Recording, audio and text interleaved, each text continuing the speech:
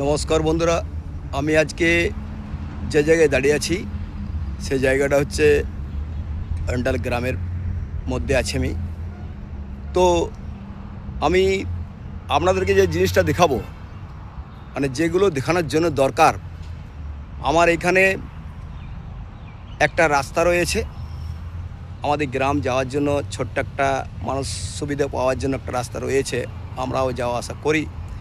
এবং সেখানে যে আমি কি জন্য ভিউটা নিলাম, যে এখানে একটা সুন্দর একটা পুকুর আছে, পুকুরটাও আপনাদেরকে দেখাচ্ছি। এবং সেখানে যে আমি অত মানে খেজুর গাছ আছে, যে খেজুর গাছ, প্রচুর খেজুর গাছ, সেই খেজুর গাছগুলো আমি পুরো আপনাদেরকে দেখাচ্ছি। যে এত খেজুর গাছ আছে দেখুন বন্ধুরা, হয়তো চিন্তা করতে পারবেন নাই। অন্ডাল গ্রামে হচ্ছে একমাত্র খেজুর গাছে বিখ্যাত। অন্ডাল গ্রামে খেজুর গাছে বিখ্যাত। দেখুন, ঘুরিয়ে ঘুরিয়ে দেখাচ্ছি আপনাদেরকে। গোটা পাক এইদিকে দেখুন, এই দিকটাতে যে আমার আছে, এটা হাইওয়ে রোড, জিটি রোড।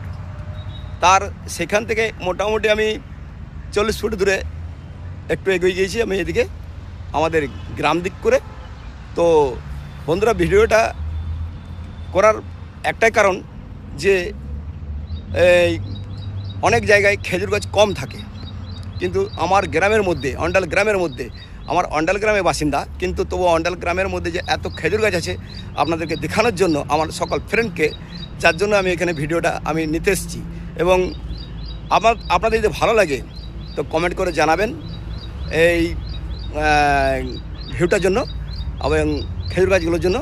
আমরা অনেক সময় খেজুর খেয়েছি, আর শীতকালে প্রচুর খেজুর খেয়েছি। যাই হোক, আমার ফ্রেন্ডদের জন্য আমি আর ভিডিওটা বাড়াবো না, আমি একবার ঘুরিয়ে ঘুরিয়ে দেখা দিচ্ছি।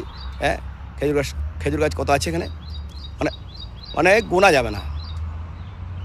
আর শীতকাল দিক করে মহল বসে, এখানে খেজুর গুড় পাওয়া যায়, লোবাত পাওয়া যায়। হ্যাঁ, সেটাও আপনাদেরকে বলে দিচ্ছি। আর বাড়াচ্ছি না, ভিডিওটাকে বাড়াচ্ছি না। আমার সকল ফ্রেন্ড ভালো থাকবেন, সুস্থ থাকবেন, আর কিছু বলবো না। ধন্যবাদ।